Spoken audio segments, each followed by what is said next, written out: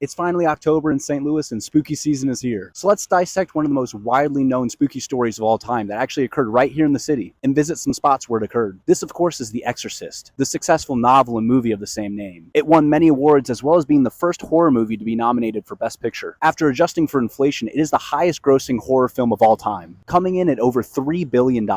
And second place to it wasn't even close. The Exorcist story was inspired from actual events that occurred in St. Louis in 1949. And up until a few years ago in 2021, we never got all of the details from the case, including the identity of the allegedly possessed boy, and details on what incredibly important career he had as an adult. Let me set the scene. It's 1949 in Maryland, and a boy, anonymously called Roland Doe, or Robbie Doe, grew up as an only child in a Lutheran family. His aunt, who was deep into spiritualism, was really his only playmate as a kid, and she introduced him to a Ouija board. After the aunt died, he allegedly became possessed by a demon after playing with the Ouija board, while he was trying to contact her from the dead. His family claimed to see flying and levitating objects, hear unusual noises, religious crosses would shake on the wall, and furniture would move all on its own while the boy was around. They asked their Lutheran pastor to help, and he kept the boy overnight at his house for observation. Not sure if that would fly nowadays. But surprisingly, the pastor claimed to see the same things. And then he advised the boy's parents to see a Catholic priest, which I think is just the funniest thing. Like, oh hell nah. Us Lutherans don't want to mess with this. Give it to the Catholics. So then the Catholic priest stepped in. And although there is no corroborating evidence for this part, the story goes that the first few exorcisms were performed on the boy at Georgetown University Hospital in Washington, D.C. But they discontinued the exorcisms after the boy slipped his restraints and used a bed spring as a weapon to stab the priest. But all the witnesses did agree that they saw unexplainable scratches all over the boy's body from time to time. Often these scratches would spell out words, and soon they saw the words Lewis that appeared on his ribcage. The mother, being from St. Louis and wanting a change of scenery from all this demonic possession and all, she thought maybe the family should travel to St. Louis and stay with a relative in a home in the Belnor neighborhood. But when should they leave, she posed the question. Well, soon after the words Saturday appeared on the boy's hip. Well, how long should we stay there, she wondered. Well, soon the words 3.5 weeks appeared on his chest. Alright, demon, you win, let's go to St. Louis. It's just so hilariously specific.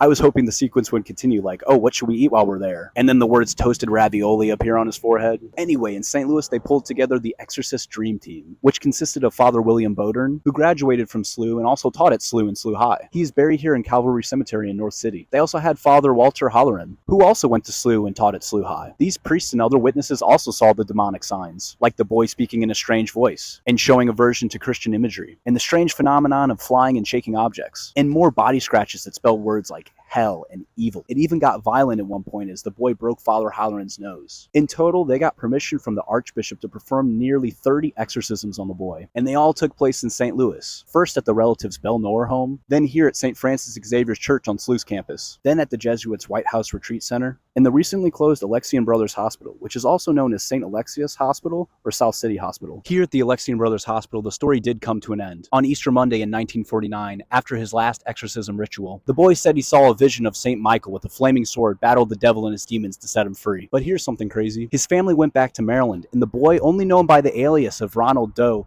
became a very successful engineer for NASA for 40 years. He worked on the Apollo missions, putting the first man on the moon, and he designed and patented a special technology for space shuttles to resist excessive heat, which is super important on re-entry to the atmosphere. He passed away in 2020, but his real identity wasn't released to the public until 2021. His real name was Ronald Hunkeler. According to someone close to him, he spent his whole life at NASA worried that his colleagues would find out the book and movie The Exorcist was based off of him. The same person also said that he admitted later in life that he wasn't actually possessed. He claimed he was just a bad boy who threw tantrums and was a trickster who concocted the whole thing. The story of The Exorcist is a fascinating study from many angles. The author Mark Upsasnik said, "To psychiatrists, Rob Doe suffered from mental illness. To priests, this was a case of demonic possession. To writers and film video producers, this was a great story to exploit for profit. Those involved saw what they were trained to see. Each purported to look at the facts, but just the opposite was true. In actuality, they manipulated the facts and emphasized the information that fit in their own agendas. And in my case, it's another story to add to the history of St. Louis." Thank you for watching to the end of this video. Check back in my page through the rest of October for more haunting and spooky St. Louis stories.